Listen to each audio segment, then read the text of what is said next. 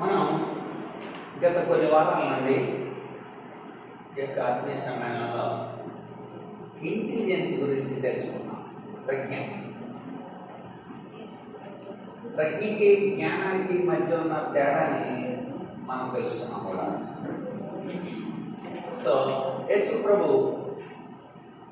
యొక్క ప్రజ్ఞకి ఆ రోజుల్లో శాస్త్రులు, పరిచయులు, బోధకులు, యాజకులు వీళ్ళందరూ కూడా ఆశ్చర్యపోయారు.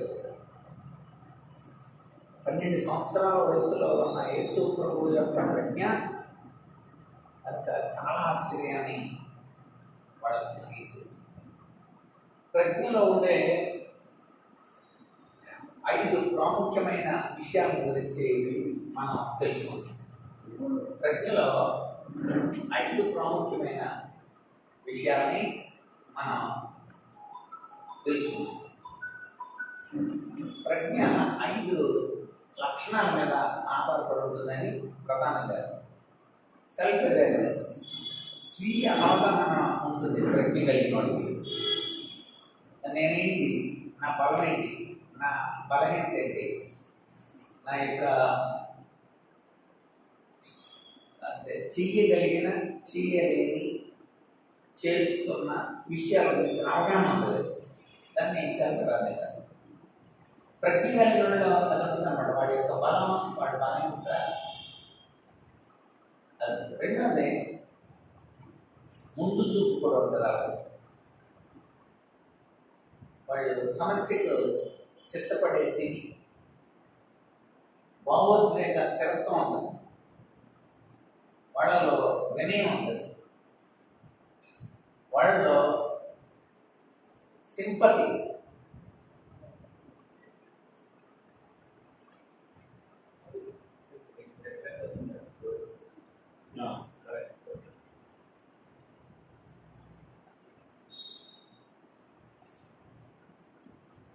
వాళ్ళలో సింపతి కూడా ఉంటుంది. Sympathy, empathy. సింపతి అంటే సానుభూతి, ఎంపతి అంటే సానుభూతితో కూడిన సహకారం. ఇవన్నీ కలిగి ఉంటారు. వీటిని బట్టి మనం యోసేపు జీవితాన్ని ఆదికాండం 41 అధ్యాయంలో చూసాం. జీవితం అంతా చూడొచ్చు. ఒక అధ్యాయంలోనే మనం వీటిని ఏమేమి ఉన్నాయో ఆ విషయాలు మనం చూసాం. ఈరోజు మనం ఇద్దరు జీవితాన్ని చాలా వేగంగా ధ్యానం చేయాలనుకుంటున్నాము. అంటున్న సమయాన్ని బట్టి గొప్ప ఈ 5 లక్షణాలని ఇద్దరు జీవితాల్లో మనం చూద్దాం. ఒకటి పౌలు జీవితం, 2 దావీదు జీవితాలు. వీళ్ళ జీవితాలలో ఇంటెలిజెన్స్ ఎలా ఉంది అనేది నేను కూడా మీకు గుర్తు చేస్తున్నాను. ఏంటంటే అందరిలోనూ కూడా దేవుడు ఈ ప్రజ్ఞ ఇస్తాడు.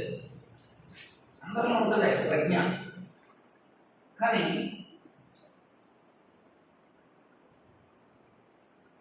ఈ యొక్క ప్రజ్ఞని మనము వినియోగిస్తున్నామా, లేక ప్రజ్ఞని కనపరుస్తున్నామా అనే దాని మీద మన కార్యాలు ఆధారపడి ఉంటాయి. మనం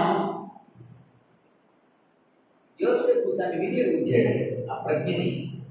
అందుచేత యోసేపు పొందిన ఆశీర్వాదాలన్నీ కూడా మనం నిన్న పోయిన వారం చివరిలో కూడా ధ్యానం చేశాం. అక్కడ చివరికి రాజు తర్వాత రాజుగా అతడు ఆశీర్వదించబడ్డాడు. ఇక నాదేమీ లేదు, అంతా మీదే, నువ్వు ఏ నిర్ణయం చేస్తే ఆ నిర్ణయం అని ఫర్లో చెప్పేసాడు. దానికి కారణం ప్రజ్ఞని వినియోగించడం. మనం అపోస్తులైన పౌలు జీవితంలో నుండి, దావీదు జీవితంలో నుండి మనం చూద్దాం. పౌలు జీవితాన్ని మనం పరిశీలించాం. పౌలు జీవితం ప్రజ్ఞ, అపోస్తులైన పౌలు.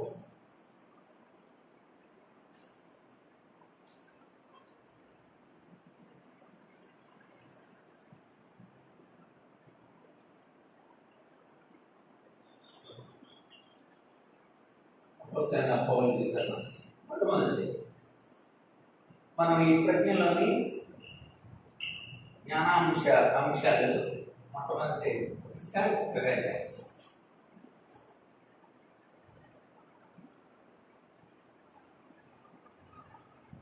స్వీయ అవగాహన.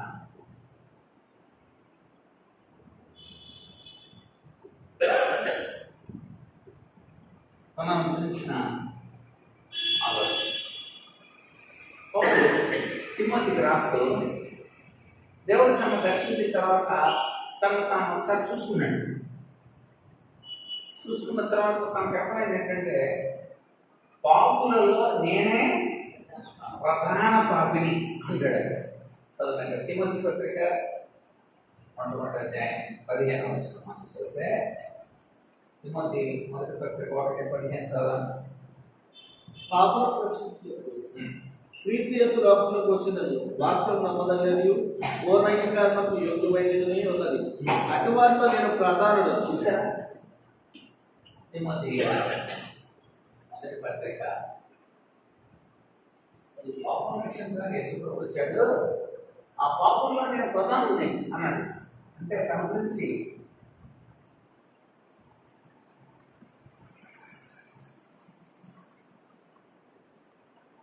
అలా చెప్పగలిగాడు అంటారు. అంటే సెల్ఫ్ అవేర్నెస్ అంటే ఏంటంటే తనలో ఉన్న స్థితిగతుల్ని తాను అర్థం చేసుకొని మాట్లాడాలి. ఇంట్రాస్పెక్షన్ చేసుకొని. ఇంట్రాస్పెక్షన్ అంటే అర్థమైతే లోపల చూసుకోవడం. ఇంట్రో అంటే లోపలికి, ఎక్స్పెక్టేషన్ అంటే చూసుకోవడం. లోపల చూసుకొని మాట్లాడటం అన్నమాట. అంతర్దృష్టి మన లోపల ఉన్న గత వర్తమాన ప్రస్తుత పరిస్థితులు, గత పరిస్థితులు, బలాబల లేక మన యొక్క సామర్థ్యం, స్థితిగతులు, వీటన్నిటిని నిజాయితీగా ఒప్పుకోవడం.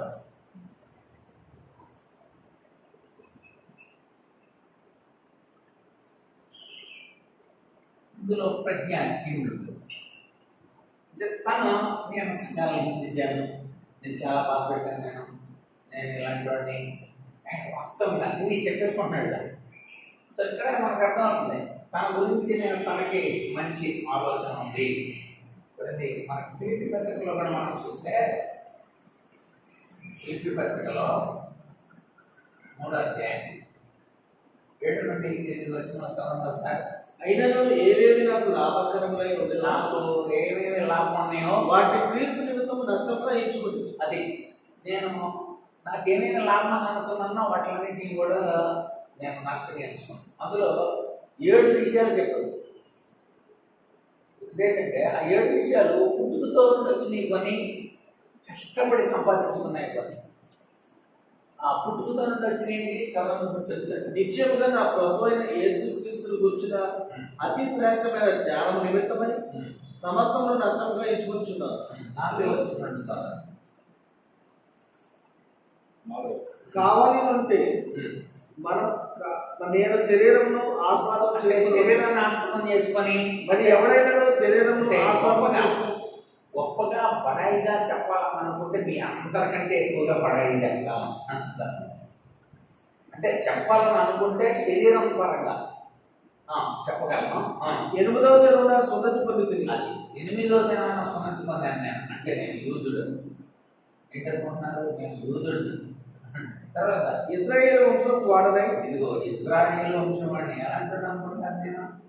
ఇజ్రాయేల్ వంశం దాన్ని అంటే వంశ ప్రకారంగా గెలవబడ్డాం. బెన్యామీను గోత్రములో పుట్టి, అదిగో బెన్యామీను గోత్రీకుడు. అంటే మొట్టమొదటి కింగ్ ఎవరా? సౌలు ఏ గోత్రీకుడు? మావాడే ఫస్ట్ కింగ్. అలా చెప్పుకుంటుంటారు కదా. అలాగే బెన్యామీను గోత్రీకుడు. ఆ తర్వాత హెబ్రీయుల సంతానమైన హెబ్రీయుడనై, చూసారా? హెబ్రీయుడని నేను చూసారా? ఈ 4 పుట్టుకతో వచ్చింది. కలిగిన గొప్పలే. కష్టపడి తాను సంపాదించిన ఇంకో 3 ఉన్నాయి. చెప్పండి. ధర్మశాస్త్ర విషయమై ధర్మశాస్త్రాన్ని బాగా చదివిన పరిచయుడు జ్ఞానం. ధర్మశాస్త్రాన్ని బోధించే పరిచయుడు. ఆసక్తి విషయంలో పరిచయుడిని మనం 13 సంవత్సరాలు ప్రాక్టీస్ అయ్యాడు గమలేయ దగ్గర. 13 సంవత్సరాలు శాస్త్రాలు చదువుతాను. ఆ జ్ఞానం అది కష్టపడినాను నేను. ఆసక్తి విషయము సంఘమును హింసించువాడనై కష్టపడి సంపాదించిన ఈ పుట్టుకతో సంపాదించారు.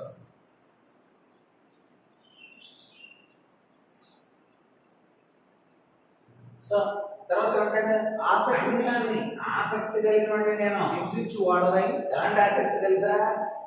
ఎవడో లేకుండా తొక్కేద్దామని ఆసక్తి.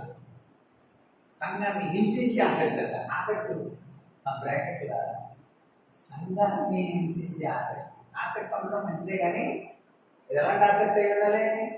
జ్ఞానానుసారమైన ఆసక్తి అయి ఉండాలి. సంఘాన్ని హింసించే ఆసక్తి ఉండాలి అన్నాడు. ధర్మశాస్త్రము వలన ఈ విషయము అనింద్యుడై సరే. మూడోది నిందలేని వాడిని అనింద్యుడు. ఇదండి ఒకసారి తన గురించి చెప్పేసుకుంటాడు. వాట్ ఐఎమ్ ఐ, అది వాట్ ఐఎమ్ ఐ. మాకు పెళ్ళైన వెంటనే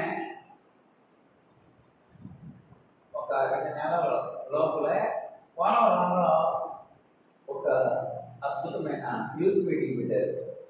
దాన్ని కమిషన్ ఏమంటే మేము సాంగ్ అని అనిపించాం. సాంగ్ అంటే నో దే సెల్ఫ్, నీ గురించి తెలుసు. నో అదర్స్, ఇతరుల గురించి తెలుసు. నో గాడ్, దేవుడి గురించి తెలుసు. నీ గురించి తెలుసుకో, ఇతరుల గురించి తెలుసుకో, దేవుడి గురించి. ఫస్ట్ ఇది గ్రీకులో డెల్ఫీ అనే ఒక దేవాలయం. డెల్ఫీ అనే దేవాలయం ఏం తెలుస్తుందంటే ది ఫేమస్ టెంపుల్ అది. ఆ టెంపుల్లో ఎంట్రన్స్లో ముఖద్వారం ఉంటుంది కదా, ఇందులో నుండి వెళ్తామా, ఆ ముఖద్వారం మీద రాసి ఉంటుంది నో దే సెల్ఫ్ అని.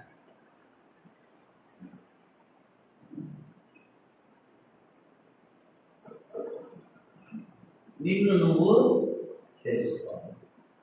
తను తాను తెలుసుకున్న వాడే ఉంటాడు ఇంటెలిజెంట్. అంటే మనకి ఇంటెలిజెన్స్ ఉందా లేదా ఎలా తెలుస్తుందంటే మన గురించి మనకు తెలిసి ఉండాలి. నేను చదవగలను, నేను రాయగలను, నేను ఇలాగా ఉండగలను, నేను ఇలాగ చేయగలను, నేను గుర్తుంచుకోగలను, వెరీ గుడ్, నేను గతంలో సాధించాను, ఇప్పుడు కూడా సాధించగలను. తన గురించిన తన అవేర్నెస్. కనుక పౌలు జీవితాన్ని మనం ఇప్పుడు పౌలు యొక్క ఇంటెలిజెన్స్ని మనం చూస్తాం. పౌలు ఇంటెలిజెంట్ తాను అని ఎలా మనం చూస్తాం. అంటే సెల్ఫ్ అవేర్నెస్, వ్యక్తిగతమైన అవగాహన తాను కలిగి ఉంటాడు. ఓకే.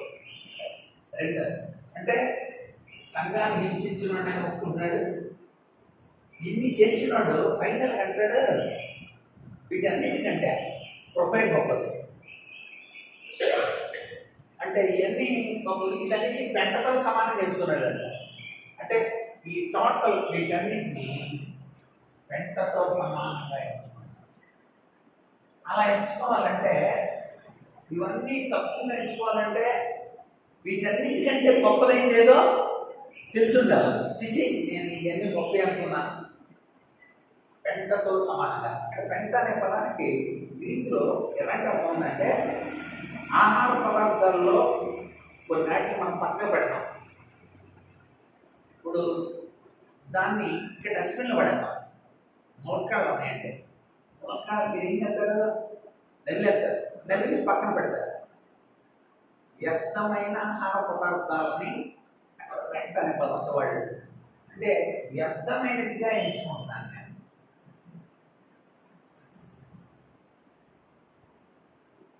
మరి ప్రయోజనకరమైనది ఏదో గ్రహించాడు అనమాట.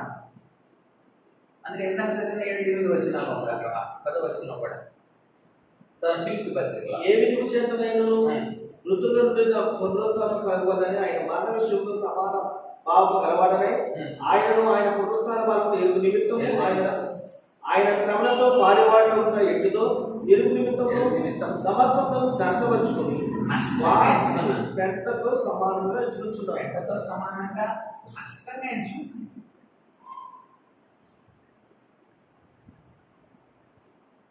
అదే సో సరే ఎలాంటి ఇంట్రాస్పెక్షన్ ఉందో ఎలాంటి తన గురించిన తనకి చక్కని అవగాహన రైట్ ఇట్లన్నీ వదిలేయాలి. ఈ 7 వదిలేయాలి. పుట్టుకతో వచ్చిన ఈ 4 తాను కష్టపడి సంపాదించిన 3 అదే మనమైతే నేను ఏ చదువుతున్నాను అనుకున్నాం, నేను ఎలా ఉంటున్నాను అనుకుంటున్నాం, నాకు ఆసక్తి ఎందుకున్నాం కానీ చెప్తున్నాడు. నేను 763 పుస్తకాలు చదివాను. 763 పుస్తకాలు చదివినందుకు దైవజనుడు అవలాను. ఆయన పిలిచిన పిలుపును బట్టి దైవజనుడయ్యా. నీ చదువు నీ ఈట్లి కాదు. నేను యూదుడిని, నేను ఇశ్రాయేలుని, నేను బిన్యామీను గోత్రీకుడిని, నేను హెబ్రీయుడిని, ఇవన్నీ నాకు ముందుగా నేను అనుకోకుండానే సంపాదించినవి. ఇవి నేను కష్టపడి సంపాదించినవి. ధర్మశాస్త్రం అంటే 13 సంవత్సరాలు 8వ సంవత్సరంలో వెళ్ళాడండి గమాలీయేలు పాదాల దగ్గరికి. 3వ తరగతిలో పంపించాడు. 21వ సంవత్సరం వచ్చేంత వరకు అక్కడే ఉన్నాడు. పౌలు 21 ఇయర్స్ వచ్చేంత వరకు యెరూషలేములో గమాలీయేలు పాదాల దగ్గర శాస్త్రాలు చదువుతున్నాను. అంటే అన్ని సంవత్సరాలు ధర్మశాస్త్రాన్ని పరిశీలించలేదు. దాన్ని నేను నష్టంగా మీరు ఎంచుకుంటారు. అలాగే ఉన్నకైనా మల్లచంద్ర గారి మెమోరియల్ సెకండ్ కూడా ఆయన చెబుతాడు. నేను ట్రిపుల్ పీజీ చేశాను.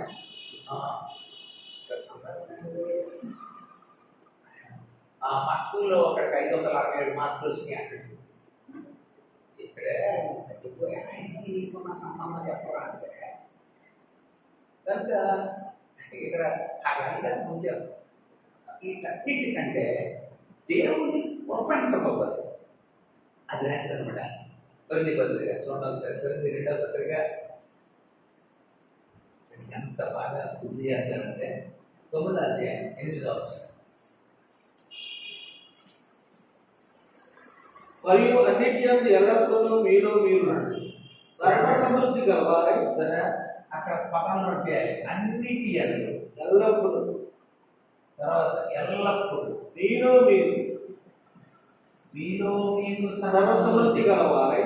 మీలో మీరు సర్వ సమృద్ధి ఉత్తమమైన ప్రతి కార్యము చేయుటకు, ఉత్తమమైన ప్రతి కార్యం చేయడానికి దేవుడు మీ ఎడల సమస్త విధములైన కృపను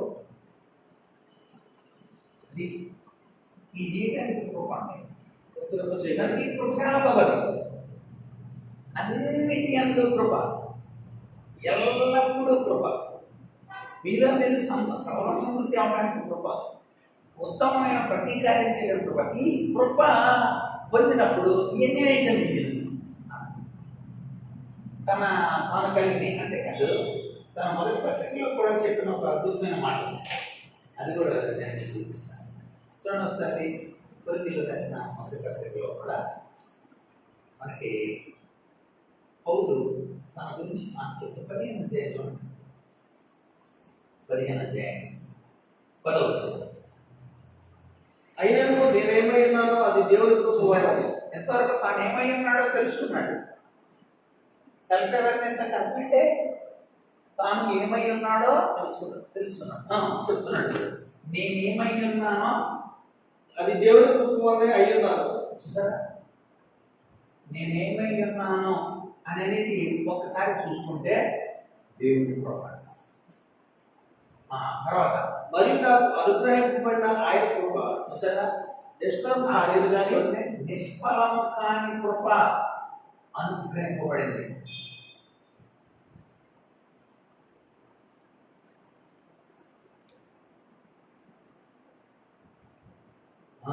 నెక్స్ట్, నిష్ఫలం కాలేదు కానీ వారందరికంటే నేను ఎక్కువగా ప్రయాసపడ్డాను. చాలా ప్రయాసపడ్డాను. ప్రయాసపడ్డది నేను కాదు,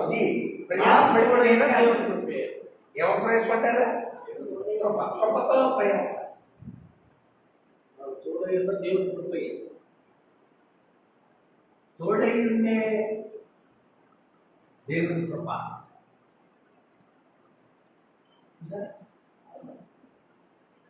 అంటే ఈ కృప పైన చెప్పుకున్న 7 కంటే గొప్పది. అంటే ఎవడ పడాయి పడటానికి లేదు. ఒకళ్ళు ఎవరు నచ్చించాలనుకోండి, ఎవరిని బట్టి నచ్చించాలి? అంతే. అర్చించువాడు ప్రభు నందే అర్చించాలి. కొరింథీ 1:31 అతిశయం క్రీస్తులోని. అయితే ఆయన మూలంగా మీరు క్రీస్తు యేసునందున్నారు. అతిశయించువాడు ప్రభువునందే అతిశయించుకోవాలని అని వ్రాయబడినది నెరవేరినట్లు దేవుని మూలంగా ఆయన మనకు జ్ఞానమును, నీతియు, పరిశుద్ధతయు, విమోచనము ఉన్నాయి.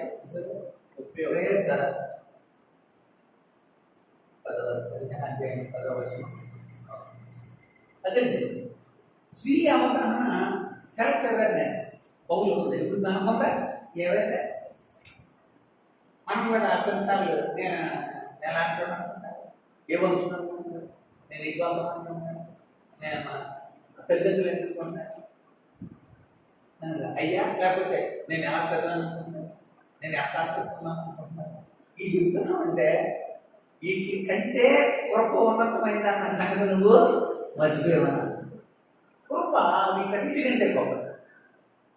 అందుకని వీటన్నింటినీ పెట్టక సమానంగా, వీటన్నిటిని నష్టంగా ఎంచుకున్నాను. అన్నేదో దేవుని కృప ఉంది అన్నీ. అపోస్తలుడైన పౌలు ఫిలిప్పీలకు వెళ్ళినప్పుడు ఫిలిప్పీలో చిత్తపరిచారు. అక్కడ పౌలు కనుక నేను ఎవరిని అనుకుంటున్నారా, నేను పరిచయం ధర్మశాస్త్రం ఏడున్నాడు, రామా పౌరసత్వం తీసుకున్నావాడు అని కనుక ఒక్క మాట చెప్తుంటే బడిపడి చేసుకుంటాడు. రామ పౌరసత్వం తీసుకున్న వాడిని ఎవడు కూడా హాని చేయకూడదు. చేస్తూ ఉదే నేను తక్కువని ఏమంటాను, నేను ఫస్ట్ అసలు సెక్యూర్గా ఏమంటాను అనమాట, రామ పౌరసత్వం తీసుకున్నాడిని జాగ్రత్త చేసారా గవర్నర్కి చెబుతా, వెంటనే మీ పేరు తీయాలి అని భయపెట్టాడు. పౌలు దైవజనుడుగానే దెబ్బలన్నాడు. రోమా పౌరుడికి పౌరసత్వం తీసుకున్నవాడిగా తాను అక్కడ గుర్తింపబడాలి. ఆ తర్వాత తెలిసింది, తెలుగు ప్రయత్నం వరకు వెళ్ళిపోయింది విషయం. అక్కడ తెలిసింది విధులు చేసేది రా, ఇది డేంజర్ అన్న, మీ పేపర్ చూసుకుంటుంది అది అని వదిలేమన్నది. అప్పుడు అన్నాడు, మీరు అందరి ముందు బెత్తాలతో కొట్టి చేశారు కదా, దొంగ సాటుతో వదలగలిగినామని మీరు బహిరంగంగా మమ్మల్ని వదలాలి అన్నారు తప్ప బెత్తాలతో కొట్టేటప్పుడు అలా పౌలు ఇంట్రాస్పెక్షన్.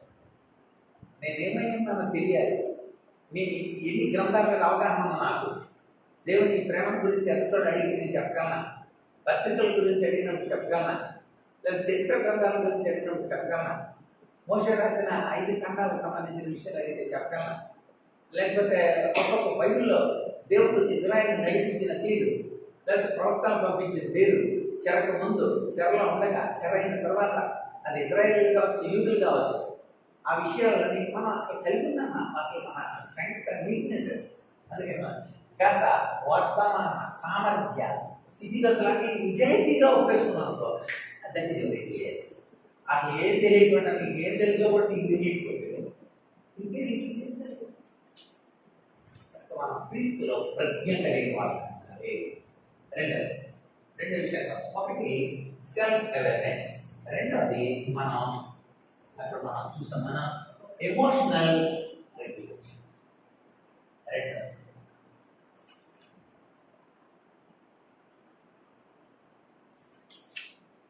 Emotional regulation.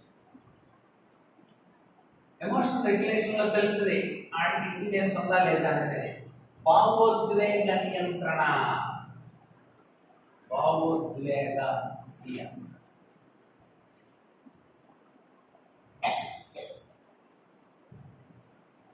మీకు భావోద్వేగాల గురించి మనం బాగా ఒక 5 వారాలు ధ్యానం చేశాను.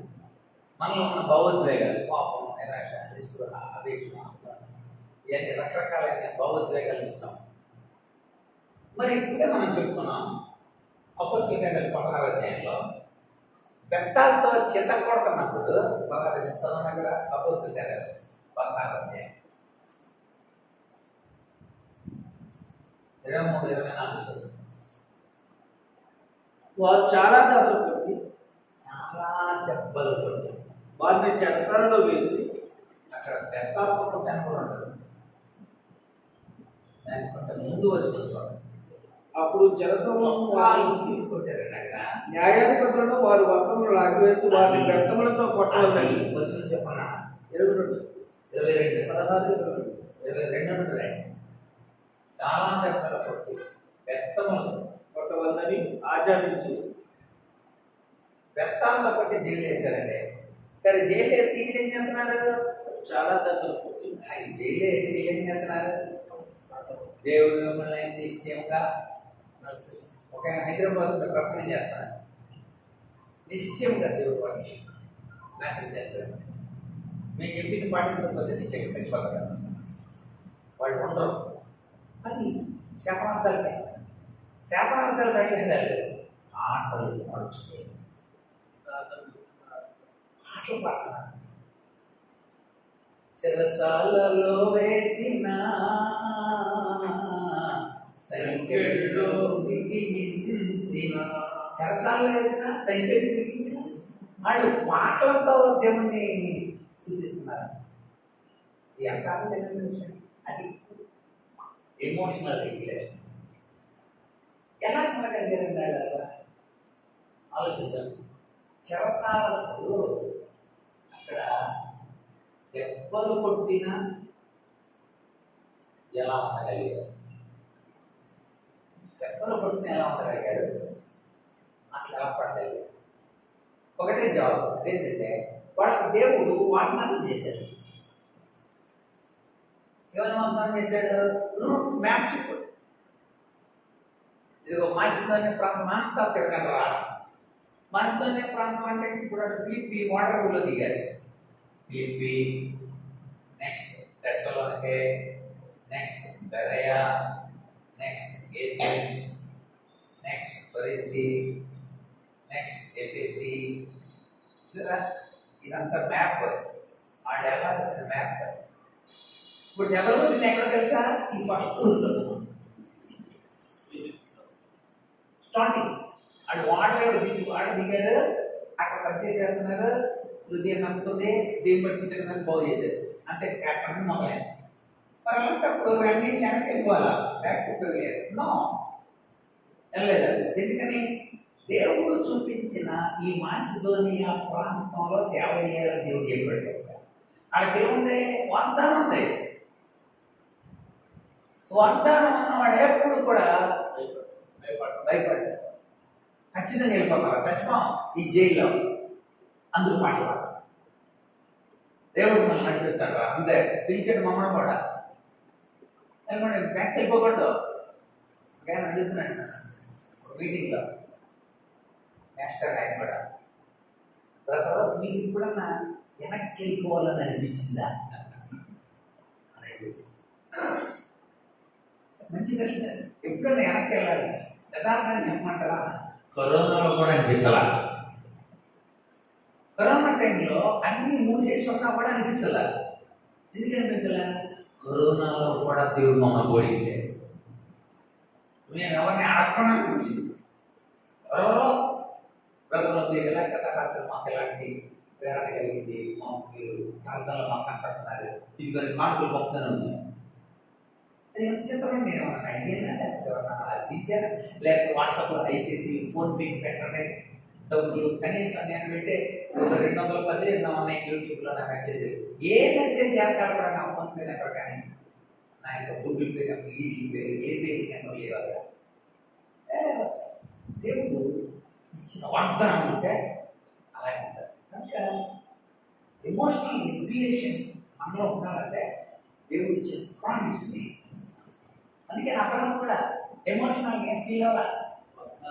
అబ్రహం అది ప్రాముఖ్యతగా 4:19 అబ్రహాం పౌలు అక్కడ విశ్వాసం అప్పటికి తన శరీరం మృతతుల్యమైన మృతులు అయిపోయింది, గర్భంలో మృతతుల్యమైన ఆలోచించింది కానీ ఆలోచించాడంటే అవిశ్వాసం వల్ల దేవుడు వాగ్దానం సందేహపడలేదు. అది సందేహపడాలి. సందేహపడక దేవుడు మహిమపరిచి ఆయన వాగ్దానం మహిమపరచి సందేహపడలేదు. ఏం చేశాడంటే దేవుడు ఎలా మహిమపడతాడంటే అదే పాటలు దేవుడిని మహిమపరిచాడు, పాటలు పాడారు. సందేహపడక దేవుడిని మహిమపరిచి ఆయన వాగ్దానం చేసేదాన్ని నెరవేర్చడానికి సమర్థుడని సమర్థుడు, రూఢిగా సమర్థుడని రూఢిగా విశ్వాసం అబ్రహాం బలంగా వచ్చింది 90 సంవత్సరం, చాలా బలంగా వచ్చింది 90 సంవత్సరం. వాగ్దానం చాలా కూడా వాగ్దానాన్ని నమ్మింది. దేవుడు తిట్టిన తర్వాత నవ్వుతున్నామంటే దేవుడికి అసాధ్యం లేదని గద్దించాడు గట్టిగా. అక్కడ కూడా కనుక సందేహపడక మహిమపరచి, ఇది రోమ 4:19-20 వచ్చిన హెబ్రీ పత్రిక 11:11లో శారా కూడా వద్దనండి. చదవండి హెబ్రీ 11:11. విశ్వాసమును బట్టి విశ్వాసాన్ని బట్టి శారా కూడా వాగ్దానం చేసినవాడు నమ్మదగిన వాడు, వాగ్దానం చేసిన వాడు ప్రతి చోట వాగ్దానం అన్న ప్రతి ఒక్కడు కూడా ఈ జనం ఫస్ట్ తీసుకునే వాగ్దానాలు కాదు. విశ్వాసం వ్యక్తిగతంగా దేవుడు మీకు అనుగ్రహించే వాగ్దానం. అంటే ప్రభువు మీతో మాట్లాడడం. కనుక అబ్రహాము శారాలు వాగ్దానాన్ని చాలా ఆలస్యంగా అబ్రహం పట్టుకున్నాడు వాడు వాగ్దానాన్ని. కనుక ఎమోషనల్ రెగ్యులేషన్ మనకు కూడా కలగాలంటే భావోద్వేగ ప్రజ్ఞ, ఈక్యూ అంటారు. ఈక్యూ ఎమోషనల్ క్వశ్చన్, భావోద్వేగ ప్రజ్ఞ.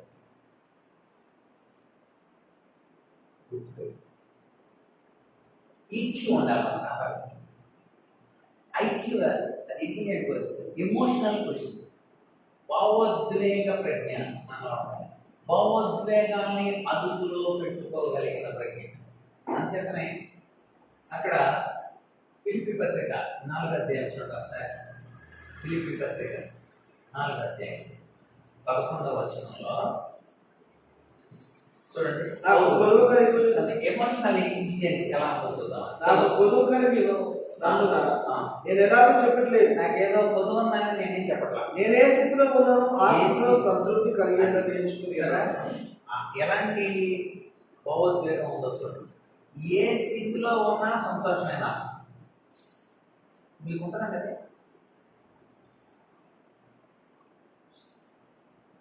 ఏ స్థితిలో ఉన్నా సరే నేను సంతోషంగా ఉంటాను. అబ్బా తర్వాత సంపన్న స్థితిలో నేను ఉండా ఎరువులు చూసారా, ఇక్కడ తేడా చూస్తున్నాడు. సంపన్నంగా ఉండటం తెలుసు, ప్రతి విషయంలోనూ అన్ని కార్యములు సంపన్న విషయంలో ఉండటం తెలుసు. అంటే అర్థం ఏంటి? దారిద్ర్యాన్ని అనుభవించడం కూడా తెలుసు. తర్వాత కడుపు నుండి నీటి కొట్టటం, కడుపు నిండి ఉండటం తెలుసు. ఆకలి వదిలిపెట్టటం, సమృద్ధి కలిగి ఉండటం తెలుసు. లేబులో ఉండటం కలిగి తెలుసు, ఏది తెలుసు. అన్నిటిలో కూడా ఎలా ఉన్నాడు? నేర్చుకుంది. అన్నింటిలో కూడా సంతృప్తిగా ఉండటం నేర్చుకున్నాడు. అది కూడా నేర్చుకుంది. లేనప్పుడే మరి ఎలాగని కష్టాలు పడుతున్నాను అనకూడదు. ఉన్నప్పుడే మరలా మనకంటే అనకూడదు. మనకంటే 3 నెలల దాకా సీమలు పెట్టినట్టు కూడ పెట్టాక 3 నెలల దాకా కూర్చొని మన అనకూడదు. కలిగిలో లేనిలో, సంపన్న స్థితిలో, దారిద్ర్య స్థితిలో, అన్నింటిలో కడుపు నిండి ఉన్నప్పుడు అతను ఒకే అనుకున్నాడంట. That is the emotional. అది చాలా అది నిజంగా మనల్ని చూస్తున్నప్పుడు వీళ్ళు ఉందా లేదా అనేది కూడా తెలియకూడదు అన్నమాట. అలాంటి చక్కని తటస్థమైన భావోద్వేగ నియంత్రణతో పోయిండేవాడు. అందుకని ఆ పాట నేనున్న స్థితిలోనే సంతృప్తిని కలిగించు,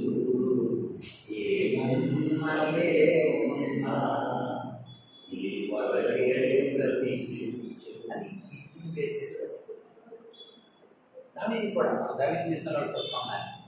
యెహోవా నా కాపరి, నాకు లేవి కొలగదు అంటాడు. దాని వర్షన్ ఇంగ్లీష్ వర్షన్లో ఐ డోంట్ వాంట్ ఎనీథింగ్, నేను ఏమి కోరను. కోరే పరిస్థితి అది, సెక్యూరల్ పరిస్థితి అది. అయినను ఏమి కోరను, ఎంత సంతృప్తంగా. కనుక ఈ యొక్క జైలులో సంఖ్యలలో దీని దగ్గర మనం రాసుకోవాల్సింది ఏంటంటే, పరిస్థితులు మన భావాన్ని నియంత్రించకూడదు, మన భావాలు పరిస్థితుల్ని నియంత్రించగలగాలి. పరిస్థితులు మన ఆలోచనల్ని నియంత్రించకూడదు, మన ఆలోచనలే పరిస్థితుల్ని నియంత్రించగలగాలి. అది బాబోద్రేక నిర్వచనం రాష్ట్రం. అందుకనే ది రిలేటెడ్ అని మానసిక శాస్త్ర పరంగా చదువుతున్నాం. మానసిక శాస్త్ర పరంగా ఏమైనా కూడా ఇక్కడ చెప్పిన పదం ఇంట్రోస్పెక్షన్ కానీ ఇవన్నీ మానసిక పరమైన పదాలు, ఈక్యూ ఈ పదాలు కానీ. ఎందుకంటే సైకాలజీ దీన్ని మంచి టెర్మినాలజీ ఇస్తున్నాను, అందుకోసం ఆయన గుర్తుపెట్టుకోవాలి. అది నోట్ చేయండి, ఈ నిర్వచనాన్ని నోట్ చేయండి.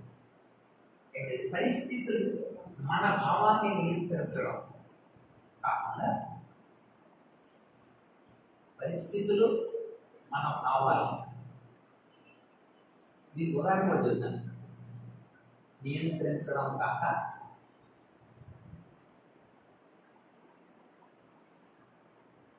మనమే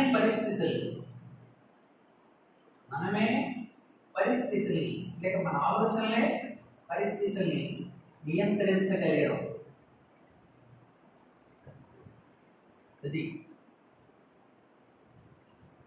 అంటే మన భావాలంటే ఇప్పుడు పౌలు దేవుడు మనకే ఇవన్నీ చూపించాడు, ఇవన్నీ చూస్తాం మనం. కనుక ఇక్కడే చచ్చిపోము. ఫిలిప్పీలో మన కష్టంలోకి వెళ్తాం. వెళ్ళారా లేదా? వెళ్ళారండి. బెరయ వెళ్ళారా లేదా? ఏథెన్స్ వెళ్ళారా లేదా? కొరింథీ వెళ్ళారా లేదా? ఎఫెస్ వెళ్ళారా లేదా?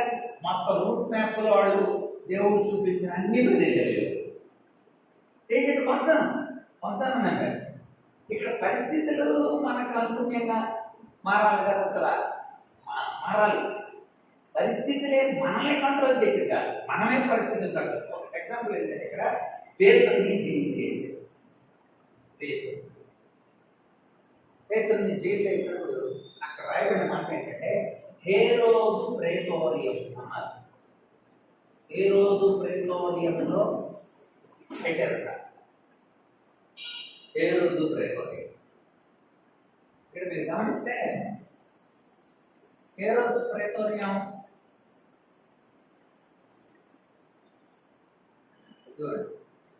ఎలా ఉంటే దాని చుట్టూరు 3 ప్రహరీలు ఉన్నాయి. ఇక్కడ ఉన్నాడు పేరు. ఇక్కడ ఉంటే బయట ఒకడు లోపల ఒకడు గేట్. ఇక్కడ గేట్, బయట ఒకడు లోపల ఒకడు. ఇక్కడ గేట్.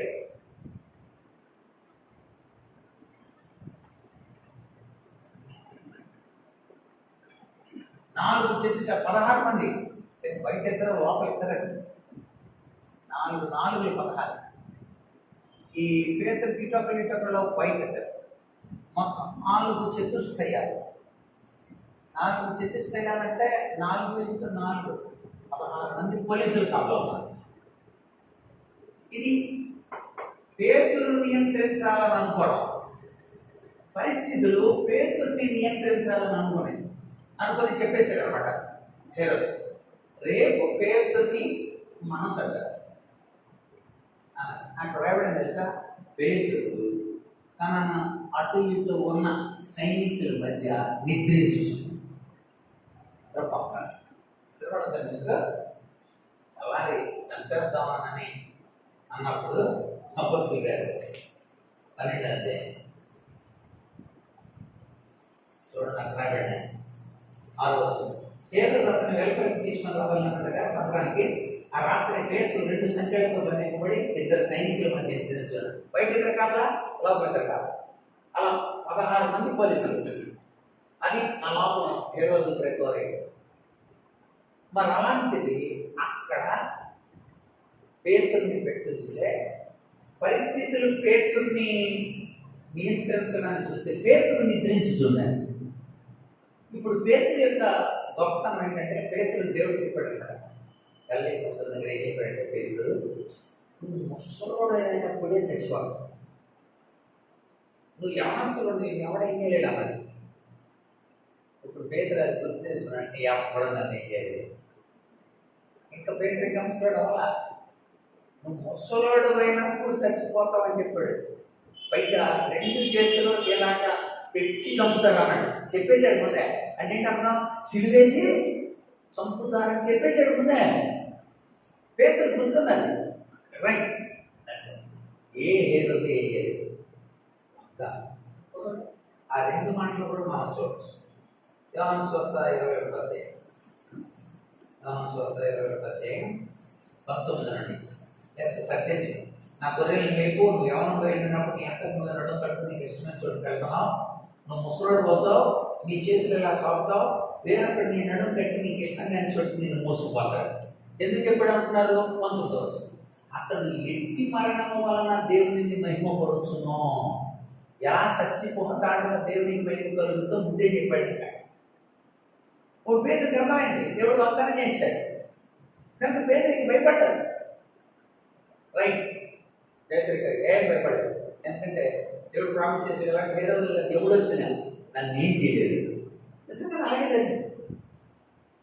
పరిస్థితులు పేదరు నియంత్రించినయా? పేదరులోని వాగ్దానపు స్థితిని బట్టి అతడున్న స్థితి పరిస్థితులు మార్చిందా? ఇది మనం తెలుసుకోవాలి. అది భావోద్వేగం. మనం నిజంగా భావోద్వేగాన్ని నియంత్రించాలంటే దేవుడు మనకి అక్కడ నోట్ చేసిన అపోస్తలుల కార్యాలు 12:6 పేతురు ముసలాడే, అప్పుడు నీలో పరిపాలన చేస్తాడు. 68 క్రీస్తు శకం 68. అప్పుడు పేతురు కాకపోయాడు, నేను ముసలాడేను, జరుగుతుంది, ఇంకా త్వరలో మనం సిలివేస్తారు, నీలో ప్రకటించాడు అనమాట. పేతురు ఎక్కడ కనిపిస్తే అక్కడ పట్టుకుంటారా, మన వెంటనే గురేసి సెంటర్, అది లేకపోతే సెంటర్ అని కనుక అప్పుడు రాశాడు పేతురు నా 2వ పత్రిక. ఇప్పుడు 2వ పత్రిక అక్కడ అర్థమైపోయింది. ఆ మాటకి ఈ మాటకి అంత తేడా చూడాలి. పేతురు 2వ పత్రిక మొట్టమొదటి అధ్యాయం 13 నుండి, మన ప్రభువైన యేసుక్రీస్తు నాకు సూచించిన ప్రకారం, యేసుప్రభు ఎక్కడ సూచించాడు అది రాయలేదు. యోహాను సువార్త 21:18, యోహాను 21:18 అక్కడ సూచించాడు. దాన్ని బట్టి ఇలా మౌనంగా చక్కగా నిద్రపోతున్నాడు. ఇప్పుడేమంటాడు, నేను ముసలాన్ని అయిపోయాను, వెరీ గుడ్, నాకు అర్థమైపోతుంది, దేవుడు నాకు సూచించిన ప్రకారం ఈ గుడారమును త్వరగా విడిచిపెట్టవలసి వచ్చినది ఎరిగి, నేను ఈ గుడారం ఉన్నంతకాలం ఈ సంగతులను జ్ఞాపకం చేసి ముందు రేపుగా న్యాయం అందించుకుంటున్నాను. నేను చచ్చిపోయిన తర్వాత కూడా మీరు నిత్యము వీటిని జ్ఞాపకం చేసుకోండి. చూసారా, దగ్గరికి వచ్చేసిందే కాదు, నాకు అర్థమైపోయింది, దేవుడు నాకు ఇచ్చాడు, నాకు మొత్తం చేశాడు, అర్థమైపోయింది, నాకు త్వరలో చంపేస్తాను కానీ నేను చచ్చిపోయినా కూడా ఇట్లా గుర్తుపెట్టుకోండి. ఎంతకంటే నిద్రపోయాడు, హ్యాపీ బికాస్ ఆఫ్ ప్రామిస్. కనుక ఈ ప్రామిస్ ఉన్నవాడు ఏ విధమైన ఆందోళన జరగకుండా నియంత్రణలో ఉంటాడు. మూడవది ఎంపతి. సింపతి ఎక్కువ మంది ఉంటుంది, నోట్ చేసుకున్నారు కదా. మూడవది ఎంపతి అంటే అర్థమంటే సానుభూతితో కూడిన సహకారం.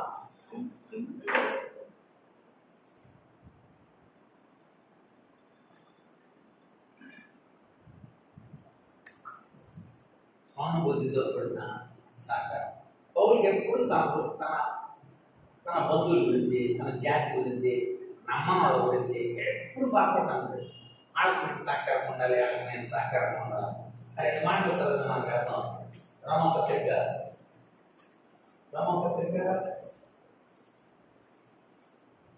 10వ అధ్యాయం లేక 9వ అధ్యాయం మొదటి 3వ వచనం, నాకు బహు దుఃఖమును నా హృదయంలో మానని వేదనయు కలవు. సానుభూతిని ప్రేమతో కూడిన సహనం. రోమపత్రిక 9వ అధ్యాయం చదవండి. నాకు బహు దుఃఖమును నా హృదయములో నాకు చాలా దుఃఖం ఉంది, నా హృదయంలో మానని వేదనయు మానని వేదన ఉంది. చూసారా? క్రీస్తునందు నిజమే చెప్తున్నాను, నిజం చెప్తున్నాను, అబద్ధమాడలేదు. నేనేం అబద్ధమాడలా. పరిశుద్ధాత్మ యందు నా మనస్సాక్షి నాతో కూడా సాక్ష్యం చెప్తున్నాను. మనస్సాక్షి కూడా సాక్ష్యం చెప్తుంది. సాధ్యమైన యెడల దేహ సంబంధులైన నా సహోదరుల కొరకు నేను క్రీస్తు నుండి వేరే శాపగ్రస్తుడై ఉండడానికి కూడా ఇష్టపడతాను. మీరు ఇశ్రాయేలీయులు ఏమయ్యా, వాళ్ళందరినీ బాగు చేస్తాను అనుకో, నువ్వు శాపగ్రస్తుడు అవటానికైనా సిద్ధంగా ఉన్నావంటే ఓకే. వాళ్ళందరూ నమ్మడానికి కోసం నేను ఏమైపోయినా పర్లేదు. అబ్బా, దట్ ఈస్ అలా మనం ఏమైపోయినా పర్లా, వాళ్ళు మాత్రం దేవుడు తెలుసుకోవాలా అని నిజంగా నేను ఎంపతి అవుతున్నాగా ఈ ఇంటెలిజెన్స్ దేవుడు అనుగ్రహించే ఈ ప్రజ్ఞలో ఎంపతి ఉంటుందా కనుక వాళ్ళ కోసం నేను శాపగ్రస్తులు అవడానికి కూడా నేను ఇష్టపడుతున్నాను అన్నట్టు ఆలోచించాను. కొరింథీ మొదటి పత్రిక 9వ అధ్యాయం 22వ వచనం. 22 కొరింథీ మొదటి పత్రిక 9:22. బలహీనలను సంపాదించుకున్నకు బలహీనులకు బలహీనుడైతే. చూసారా? బలహీనులకు బలహీనుడిగా కనబడ్డాడంట. చూసారా? బలహీనులను సంపాదించుకున్నాడు. ఇప్పుడు పెద్ద పెద్ద దైవజనులు ఉంటారు, వాళ్ళు కారులో ఇలా దిగుతారు. అది మీలో రాగలరా? రాగలరా చెప్పండి. మళ్ళీ ఇలా దిగుతారు, మళ్ళీ అలా దగ్గర పడతారు. దగ్గర కలసనాని గారి అందరూ అంటే బలహీనంగా ఉన్నాను నేను. చదవాలి. ఏ విధము చేతనైనను కొందరిని రక్షింపవలని, కొందరిని రక్షించాలి, అందరికీ అన్ని విధముల వాడనైన సారా, రక్షించాలని అందరికీ అన్ని విధముల వాడనై అన్ని విధముల వాడాలి. ఓహో, దట్ ఈస్ అందరికీ అన్ని విధాలు సహాయపడేవాడిగా ఉన్నాను నేను అనే అని పంచుకోవాలి. మనతో అనే అని మనతో చెప్పుకోగలుగుతారు వాళ్ళు. అంటే వాళ్ళకి అందుకనే దీన్ని నేను ఈ పదంతో ఎక్కువ పిలుస్తాను, ఫెసిలిటేటర్. ఈ పదాన్ని 2-3 చోట్ల చూసుకుంటారు. వారి మీదే కాదు, మా ఇంటి మీద ఉంటుంది, రేపు దీనికి వచ్చే డోర్ మీద కూడా, దీని డోర్ మీద కూడా ఫెసిలిటేటర్. ఫెసిలిటేటర్, సౌకర్యకర్త కావాలి. దేవుడు యొక్క సౌకర్యకర్త. ఇతరులకి అలాంటి భావంలో నేనున్నాను అని చెప్పగలిగిన ఆలోచిస్తుంది. అందరినీ రక్షించడానికి అన్ని విధాలుగా ఉన్నాను. మరియు నేను సువార్తలో వారితో పాల్పడటకై, అంటే సువార్త కోసం పాల్పడటకై దాని కొరకే సమస్తము చేయించున్నాను. యూదులకు పద్దెపు రంగమందు పరిగెత్తు వారందరూ పరిగెత్తుదురు కానీ, అంటే యూదులకి యూదుడుగా ఉన్నాడు. ఇంకా పైన 21 చూద్దాం. దేవుని విషయమై ధర్మశాస్త్రం లేని వాడు కాదు కానీ క్రీస్తు విషయమై ధర్మశాస్త్రమునకు లోబడిన వాడు. అయినను ధర్మశాస్త్రం లేని వారిని సంపాదించుకున్నటకు ధర్మశాస్త్రం లేని వారికి ధర్మశాస్త్రం లేని వారి వరే ఉంటుంది. ధర్మశాస్త్రం లేనివాడంటే ధర్మశాస్త్రం లేనివాడిలాగానే ఉన్నాను. బలహీనతకు బలహీనుడిగా ఉన్నాను, అందరికి అన్ని విధాలు ఉన్నాను. తన యొక్క అంటే కేవలం సంపాదించుకోవడానికి. అసలు ఇంకా కొంచెం పైకి చదివితే 19 నేను అందరి విషయమై స్వతంత్రుడై ఉన్నాను, అందరిలో స్వతంత్రుడు. ఎక్కువ మందిని సంపాదించుకోవడానికి సంపాదించుకోవటానికి అందరికీ నన్ను నేనే దాసుడుగా చేసుకుంటాను. సంపాదించుకోవడానికి దాసుడుగా ఉంది, నన్ను నేనే దాసుడుగా చేసుకుంటాను. రక్షించడానికి కోసం అందరికీ అందరిలాగా ఉన్నాను. స్వార్థ కోసం ధర్మశాస్త్రం సంపాదించుకోవడం కోసం అందరికీ దాసుడు. అంటే అందరికీ సేవ చేస్తే అనేక మంది సంపాదించుకుంటారు.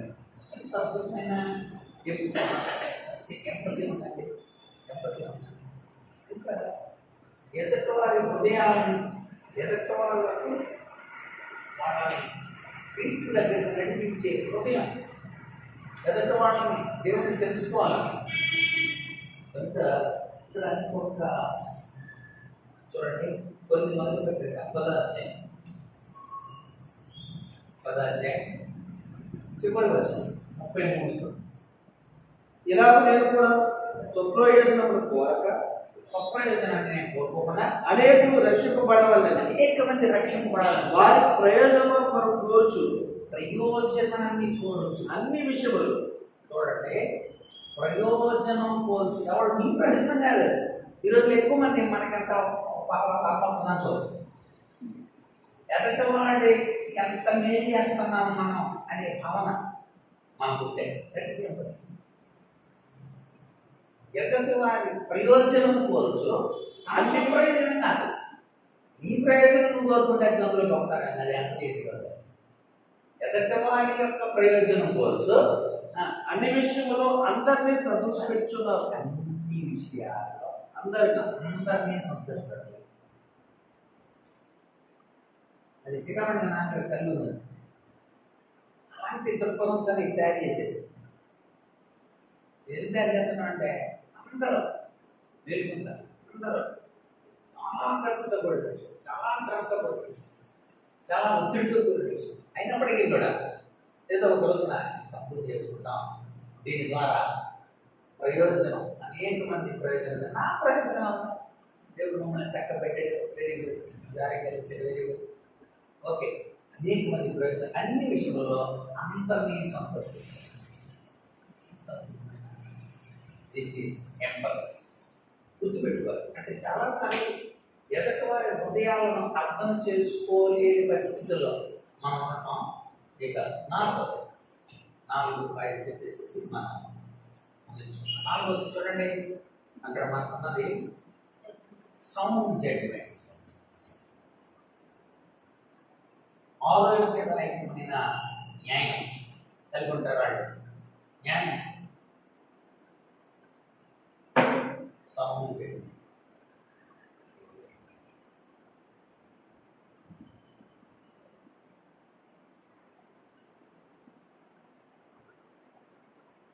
కరెక్ట్ తెలియటమే సౌండ్ జడ్జిమెంట్. సౌండ్ జడ్జిమెంట్, ఆరోగ్యదాయకమైన న్యాయమైన సరైన మాటలేదు. ఓకే, సరి అయిన న్యాయం. సౌండ్ డాక్టర్ అంటారు కదా, హిత న్యాయం. సౌండ్ డాక్టర్ అంటే హిత బోధ, హిత సిద్ధాంతం, హితమైన న్యాయం. అపొస్తలుల 15వ అధ్యాయం ఏంటంటే అన్నింటినీ వెనకాల చెప్పుకుంటారు. ఏంటంటే ఆ తిమోతి ఎవరంటే, ఆ తిమోతి ఎవరనుకుంటున్నారు అసలు? ఆయన వాళ్ళ అమ్మ యూనికే కదా. మరి ఆ యూనిక్ భర్త ఎవరంటే గ్రీస్ దేశం ప్రజుడు కదా.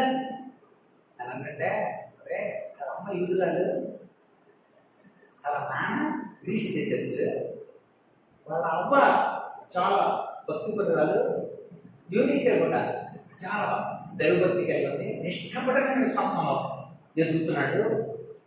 కనుక నీకు కూడా నేను సమర్థ చేసి అని ఇప్పుడు అపొస్తలుల 15వ అధ్యాయం మనం చదివితే ఆ విషయాలు ఇప్పుడు 16వ అధ్యాయంలో ప్రారంభ వచ్చిన చదవడం. పౌలు దెర్బేకును లుస్త్రాకు వచ్చాడు. అక్కడ తిమోతిలో ఒక శిష్యుడు ఉండేను. అతడు విశ్వసించిన ఒక యూదురాలి కుమారుడు. అతని తండ్రి గ్రీసు దేశస్థుడు. అతడు లుస్త్రాలోను ఇకోనియోలోను ఉన్న సహోదరుల వల్ల మంచి పేరు పొందినవాడు. అతను తనతో కూడా బయలుదేరి రావాలని పౌలు కోరి, అతని తండ్రి గ్రీసు దేశస్థుడని ఆ ప్రదేశంలోని యూదులకు అతనికి తెలియదు కనుక వారిని బట్టి అతన్ని తీసుకుని సున్నతి చేయించినది. ఎవరు జరుగుతుంది? వారు యూదులకు జరుగుతుంది. సున్నతి ఎవరు జరుగుతుంది? యూదులు. అక్కడ ఉన్న వాళ్ళందరూ కూడా అతడు గ్రీసు దేశస్తుడిగానే భావిస్తున్నారు కనుక అతడు అంటే ఒక న్యాయబద్ధంగా అతడు యూదుడుగా అతన్ని పరిగణించడానికి కోసం సున్నతి చేయించాడంట. అద్భుతమైన అక్కడ నుండి అనేక మంది యూదుల దగ్గరికి తిమోతి పంపబడ్డాడు. అనేక మంది యూదుల్ని బలపరిచాడు. అనేక మంది పౌలు అటు ఏథెన్స్కి వెళ్తే వెనక్కి వచ్చి తెస్సలోనికి వెళ్ళి మనకు వచ్చినారు తిమోతి. ఆ తర్వాత వాడు అంతా కలిసి మళ్ళీ కొరింథీ వెళ్ళారు. కనుక ఇక్కడ వీళ్ళు వెళ్ళేటప్పుడు బెరయ నుండి పౌలు అక్కడే వెళ్ళాడు ఏథెన్స్కి, ఓన్లీ పౌలు. ఎందుకని తెస్సలోనికి కనపడతాయి ఇంట్లో నుండి గ్యాస్ట్రోల్ ఇంట్లో నుండి బయట తోలేసారు. పాత కలిగి తెస్సలోనికి బెరయకి వెళ్ళిన తర్వాత అక్కడ పూర్తి అయిపోయిన తర్వాత నేను ఏథెన్స్ ఒక్కనే వెళ్తాను, మీరు వెనక్కి వెళ్ళాలని బెరయ నుండి మళ్ళీ తెస్సలోనికి పంపించాడు. తెస్సలోనికి తిమోతి, సీల మరియు లూక్ ఇరుగురు. అక్కడ తిమోతి మిమ్మల్ని బలిపరచారు కదా అని రాశాడు. తెస్సలోనికి రాశాడు, లెటర్ రాశాడు. ఏథెన్స్ నుండి కొరింథీకి వచ్చాడు పౌలు, ఇటు తెస్సలోనికి నుండి అక్కడ కలుసుకున్నాడు. అక్కడే లెటర్ రాశాడు అన్నమాట. ఇదిగో తిమోతిని పంపాను నేను, తిమోతి ఎంత బాగా వాళ్ళకి వస్తుంది. అనేక మంది అన్యులు తిమోతి మంచి పరిచయగా తిరిగాడు. కనుక ఇతర న్యాయంలో అపోస్తలుల కార్యాలు 16వ అధ్యాయం 1-3 వచనాలు తిమోతి విషయంలో,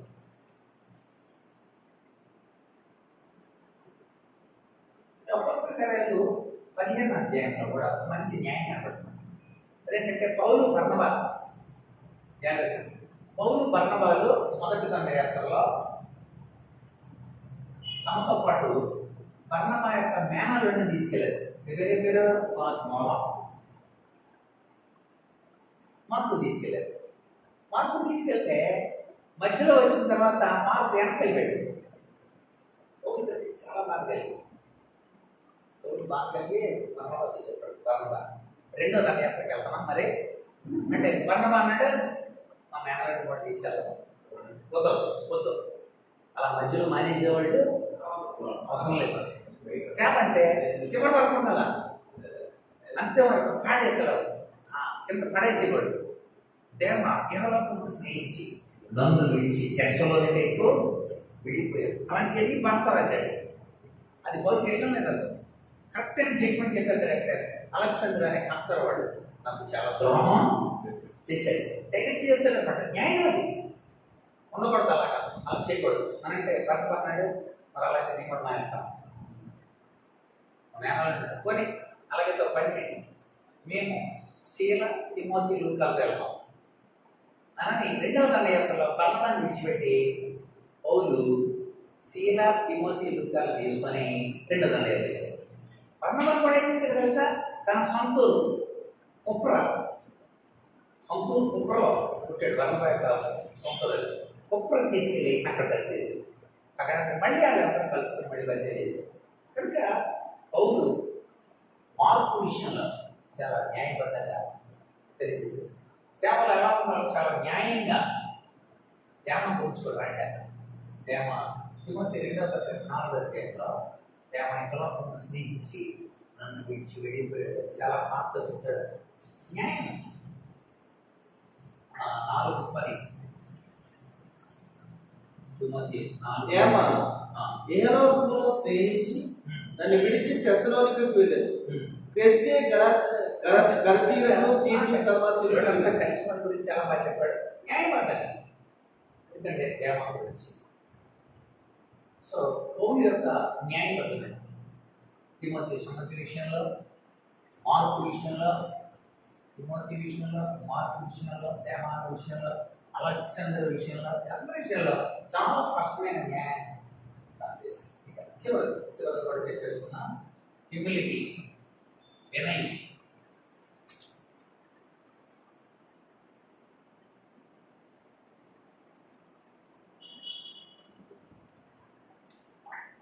సంపూర్ణ వినయము, మాన్యత పౌరులో కనబడతాయి. దేవునికి లోబడిన తత్వం అని అసలు కొరింథీ 2వ పత్రిక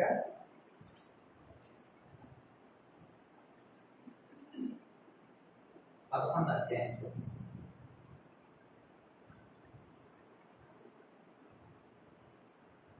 23 వారు క్రీస్తు పరిచారకులా వెరువాదమని మాట్లాడుచున్నాను.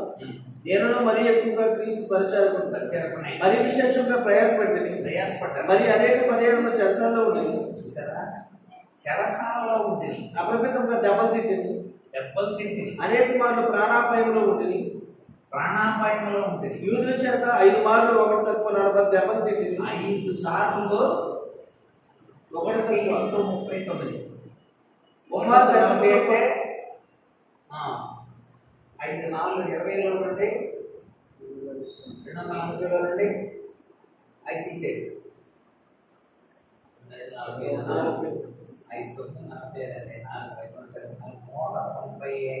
నెలలు పడతాడు. అంటే 5 మార్లు ఒకటి తక్కువ 40 దెబ్బలు తింటాడు. 5 సార్లు దెబ్బలు తింటాడు.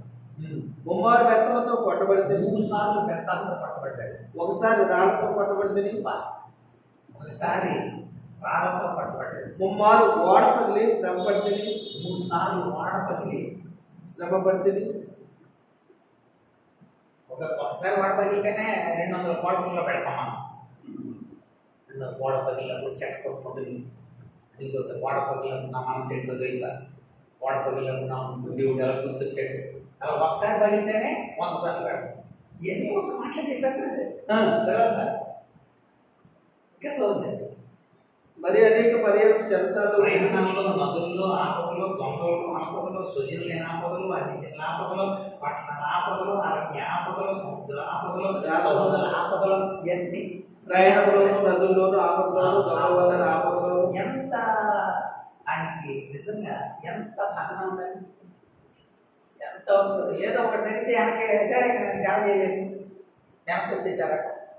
ఎన్ని గుర్తొస్తున్నప్పుడు మనం ఎంత హ్యూమిలిటీ, నిజంగా ఎంత వినయం ఉండాలి ఇలాంటి సందర్భాలు వచ్చినప్పుడు. 12 అక్కడ 12 7 నుండి 10 వచ్చినారు. నాకు కలిగిన ప్రత్యక్షతలు నా శరీరంలో ముళ్ళు కూడా ఉందన్నాడు. ఏముందంట? ఒక ముళ్ళు నేను అందరితో భక్తులు రాశారు ఆయన కలసం ఉందని. 3 సార్లు ప్రభు నడిచాడంట. 3 సీజన్లు వాడిగాడంట. 3 సీజన్లు వర్షాకాలంలో ఇబ్బంది పడుతున్నాయి, ఎండాకాలం ఇబ్బంది పడుతున్నాయి, శీతాకాలం ఇబ్బంది పడుతున్నాయి. ప్రభు తీసే 3 సార్లు అడిగాడు. ప్రభు అంటే మా కృప నీకు ముళ్ళు ఉన్నా సరే మనం అయితే ముళ్ళు ఒక్క పెడతాం. ఏంటి బ్రదర్ రాలేకపోయారు, పళ్ళు బాగా ఇబ్బంది, ఒళ్ళు పిలిచిపోయి, కాళ్ళు మోకాళ్ళు నొప్పులేండి, కొంచెం అదో రకంగా ఉంటుందండి, స్వస్వరాలు ప్రతి దానికి అంటే చిన్నదాన్ని ఇంకేం సేవ చేస్తాడు. మన వయసు చూస్తే అయిపోతున్నాయి. ఇంకా 10 సంవత్సరాల కంటే ఎక్కువ సేవ చేయలేదు. అప్పుడు పూజగా పప్పులు పక్కన మెట్లేక లిఫ్ట్ కొనలేక, లిఫ్ట్ ఇచ్చేవాళ్ళేక. అందుచేత మనం మన శరీర తత్వాన్ని బట్టి కూడా మనం చాలా వేగంగా ఇలాంటి చూస్తున్నప్పుడు స్పిరిట్ రావాలి, జీల్ రావాలి. నా శరీరంలో ముళ్ళు ఉంది, తర్వాత నా శరీరంలో ముళ్ళు తర్వాత చదవాలి. వస్తున్నాయి కదా మంచి పని పడ్డాడు. అత్యధికంగా నేర్చుకోకుండా నన్ను పగలకొచ్చినప్పుడు ఆకార్యకు దూతగా ఉంచబడింది. అది నా దాన్ని తొలగిపోవాలని దాని విషయంలో కుమారు వేడుకుంటుంది. అందుకు నా కృప నీకు చాలు, బలహీనత యందు నా శక్తి పరిపూర్ణమవుతున్నదని నీ బలహీనతలలో నా శక్తి పరిపూర్ణం అవుతుంది ఆయన నాతో చెప్పారు. బలహీనతలో దేవుడి శక్తి పొందాడు. అది కాదు తర్వాత ఇంకా నా శక్తి పరిపూర్ణమవుతున్నదని ఆయనతో చెప్పారు. కాగా క్రీస్తు శక్తి నా మీద నిలిచిండు నిమిత్తము విశేషంగా నా బలహీనతలు అంటే బహు సంతోషం, బలహీనతల అంటే నాకు బహు సంతోషంగా అర్థమైపడి సంతోషం ఉందంట. నేను ఎప్పుడు బలహీనో అప్పుడే బలవంతుడు, బలహీనుడనో అప్పుడే బలవంతుడు, అప్పుడే బలవంతుడి. అబ్బా క్రీస్తు ఎంత అది అలాంటి హ్యూమిలిటీ ఉండాలి, అలాంటి నిజమైన అక్కడ ఎదగడానికి దేవుడు తన వినయాన్ని బట్టి ఒకే పంపించాడు. నా కృప నీకు కృప, నీ కృప చాలయ్యా నాకు, నేను ఎలా ఉన్నా పర్లేదు, నీకు కూడా అలాగే పర్లేదు, నీ కృప చాలయ్యా. దేవుడి కృప అంటే అన్ని అవసరాలు తీరుతుందండి. కృప అన్ని అవసరాలు తీరుస్తుంది, ప్రతి అవసరాన్ని తీరుస్తుంది. గుర్తుపెట్టుకోండి, 5 విషయాలు మనకి అర్థం చేయాలి. మొట్టమొదటి తన గురించి తాను తెలుసుకోవడం, సెల్ఫ్ అవేర్నెస్. రెండోది ఏంటి? మన భావోద్రేక ప్రజ్ఞ. మూడోది ఏంటి? ఎదుటి వాళ్ళ గురించిన భావం ఎంపతి ఉండాలి. నాలుగోది అండి మంచి జడ్జిమెంట్ మనం చేయగలం. ఐదోది వినయ విధేయతలతో దేవుడి చెప్పినట్టు అలా చెప్తే నువ్వు స్పిరిచువల్ ఆత్మీయమైన ప్రజ్ఞ కలిగి, ఆత్మీయ ప్రజ్ఞ మనం కలిగి ఉన్నాం. ఆత్మీయ ప్రజ్ఞ కలిగిన వారు వచ్చేవారు మనం దావీదు గురించి ధ్యానించడం. కాబట్టి ప్రజ్ఞని ఎలా కనుక్కుంటారో కూడా 2-3 టెస్టులు కూడా మీకు పెట్టాలి. మీకు ఎంత ఇంటెలిజెన్స్ కూడా కనుక్కున్నాం, అది కూడా మార్చాలి. ఓకే, ప్రజ్ఞా పరీక్షలు ఉంటారు. సో దేవుడు మనల్ని తన ఆలోచనలు అనుగుణంగా బలపరచడం కాక తన చదువు ప్రాంతాలను నడిపిస్తాడు. ముగించు.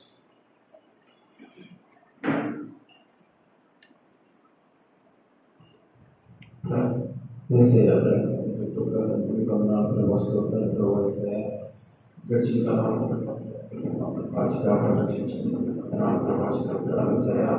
ఈరోజు ప్రభావ ఆత్మ సమ్మేళన ప్రభావ వాక్యాలను తెలుసుకోవడానికి చూపుతాను. ప్రభావ ఏసయ్య ఎలా ఉండాలో ప్రభు తెలియజేశారు. ప్రభు ఏసయ్య మానసిక శాస్త్రంలో ప్రభు మేము ఏమైతే నా ప్రభావ ఏసయ్య జీవితంలో ప్రభావం జీవించాలని తెలియజేయడం ప్రభావ అనేక మంది ప్రభావ ఏసయ్య తెలియజేసేవారు ప్రభావ ఎలాగ ప్రభావ వైద్యాలను మేము కంట్రోల్ ఉంచుకోవడం ప్రభావ మేము తెలియజేస్తున్నందుకు మీకు వందనాలు ప్రభావ. ఇంకా మాకు జీవితంలో మాకు ఉపయోగపడేందుకు వందనాలు ప్రభావ. ఏసయ్య వచ్చిన వాళ్ళందరికీ ప్రభావ మీ జ్ఞానాన్ని లెక్కించి ప్రభావ ప్రతి విషయంలో ప్రభు చూపించినటువంటి ఏసు నామములో అడిగి పెట్టుకుంటున్నాం తండ్రి.